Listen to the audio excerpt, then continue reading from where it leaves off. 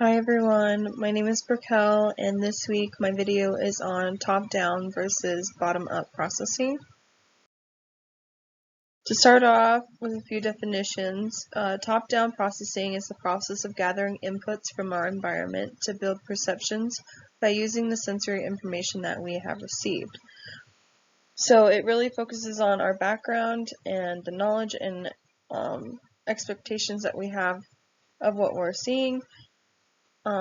Basically, when it comes down to it, it's all about schema and what you know and how you're going to apply it.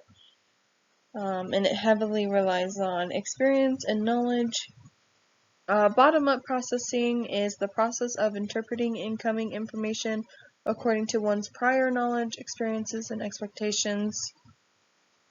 So basically, we are seeing information and then we are letting that information shape our perception on it. So it really relies on the data and the sensory information.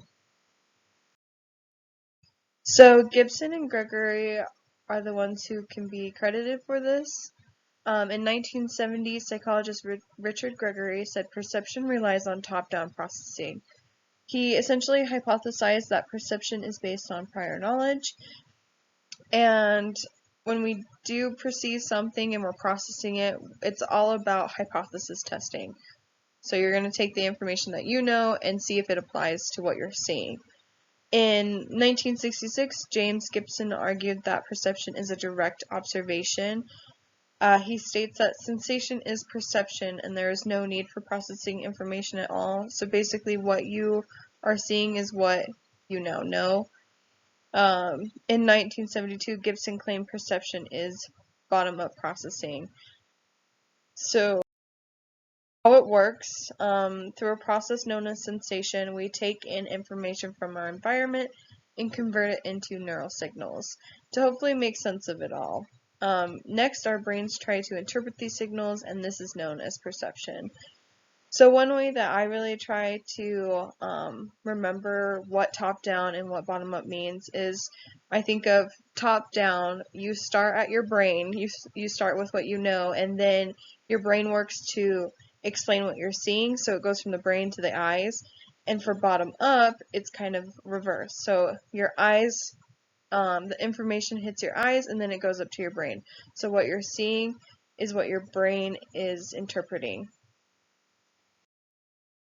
So some examples of top-down processing. Based on what we already know, we can fill in the blanks.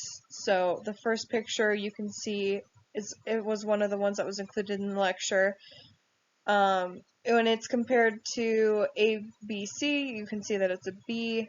When it's 12, 13, 14, you can see that it's a 13, just because you know what comes after 12, it's 13.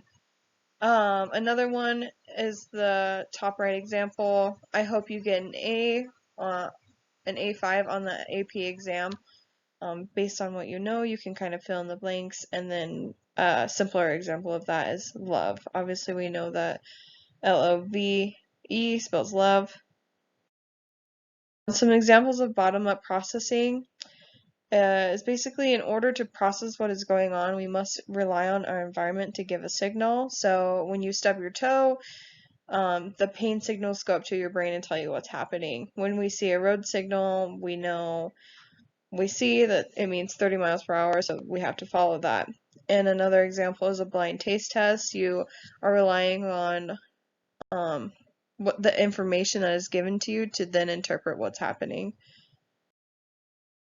So how it applies today, top-down processing and bottom-up processing have been very useful when trying to understand and explain perception, expectations, and motivations.